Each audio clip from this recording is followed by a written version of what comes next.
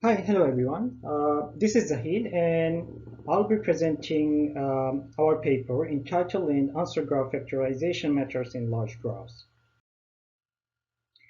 As you know, graph data has become increasingly important with the rise of social networks, growth of the semantic web, and characterization of biological networks. The RDF, which stands for the Resource Description Framework, provides a standard model to represent graph data. An RDF store is a set of triples that represents a directed edge-level multigraph. A triple in RDF describes an edge from subject to object with the edge level P. A conjunctive graph query is basically a query graph where its nodes are the query's binding variables and edges between nodes are constituent queries. And the answer of a conjunctive query is tuples of nodes that are answers of conjuncts joining in the way the query asks. So basic challenge of conjunctive graph query is the size of intermediate results. Open queries are very selective, but during the evaluation, the size of intermediate results can grow widely due to the many-to-many joins inherent in graph queries. To overcome this, we introduce the answer graph approach, which is the main concept of our paper. And basically, we apply the factorization technique to reduce the intermediate results. And our technique is to store common unique node pair patterns instead of NRE tuples as in a standard evaluation of conjunctive queries. We call this factorized node pairs answer graph. And to find the final result tuples, all we need to do is to defactorize this answer graph. As you can see in a query in the figure, instead of storing 12 NRE tuples, we can store edge node pairs, so reducing the size of intermediate results. So after introducing our approach, how does our evaluation model look? How does our evaluation model look? So our evaluation model consists of two operations. So one is answer graph generation, and the second one is two phases: answer graph generation phase and embedding generation phase. In answer graph generation phase, we have edge fetch operation, which basically fetch data edges from the graph. And also we have node burnback, which basically ensures that our generated answer graph is minimum as possible. And all what it does is remove all the unattached nodes when we grab data edges from the graph, and all the unattached nodes from the answer graph are removed with the edges that attach to it. And this cascading process continues until we have the minimal answer graph. In the second phase, we have the embedding generator phase, which basically takes the answer graph and generates the final answer tuples, which is the answer of the given query graph. So here is our overall here is overview of our framework. We have, instead of a single phase that generates final NRE answer tuples, we have two phases, answer graph generation phase and embedding generation phase.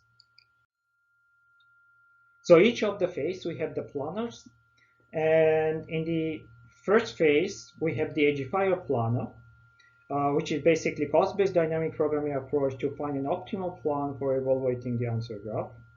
And the plan phase is all execution orders of edges in a conjunctive query. And we use the dynamic programming to find the optimal order. And in the evaluation, we use that optimal plan to execute to execute our query to find the answer graph. And then we have the planner for the factorizer, which basically a join tree that enumerates the embedding from the answer graph. And it builds up the partial subgraph matches recursively. However, even though not burn-back operation that we described generates an ideal answer graph, minimum ideal answer graph, but this is not true in cyclic conjunctive queries, where the generated answer graph is not ideal. Some of the edges might be in the answer graph, which is not a part of the final embeddings. And the question is, can we generate an ideal answer graph for cyclic conjunctive query? And for that, we introduced triangulator. And the basic idea is during evaluation, we materialize endpoints. And this materialization becomes an edge inquiry graph. We call it chord. And there might be different way to triangulate a query. A cost of the plan then is the total materialization cost. So our planner, which is the triangulator planner, finds the plan to codify a given conjunctive query, cyclic conjunctive query with minimum materialization cost. So the planner for triangulator is also bottom-up dynamic programming approach to find the orders of code that we triangulate a given cyclic conjunctive query. In the base, we have all tricks and edges, and in the subsequent plans, we triangulate two subplans. Then we take that bushy plan, and for each chord edge, we insert the endpoints at edges to edge table. And our edge table contains all the chords during the evaluation. And at the end, when we seal two plans at the root, we remove all non-intersect chords between them, and this will remove all other chords and edges accordingly subsequently. So implemented our wireframe on top of PostgreSQL.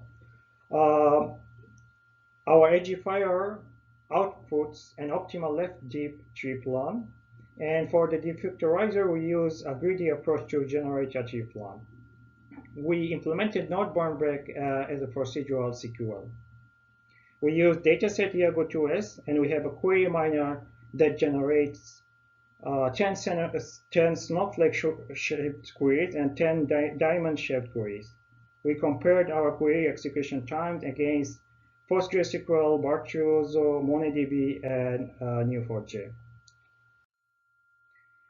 As you can see from the result, the size of the answer graph is exceedingly smaller than the number of embeddings. For example, the second snowflake-shaped query, the answer graph is around 3,000 times smaller than the size of embeddings. That's why our wireframe achieves good performance in all of the queries. This is because it avoids the redundant edge walks. The approach also competes well against main memory intense databases. In this table, we show the result of diamond-shaped queries, and we only applied not burn-back in our comparison. And as we know, not burn-back doesn't guarantee the ideal answer graph. The resulting answer graph can be significantly larger than the ideal answer graph. For this reason, a wireframe sometimes it performs slower for some of the cyclic queries, such as 8 and 9. Even so, its performance over cyclic queries is quite good. Thank you for listening, and that's all. Have a nice day. Thanks.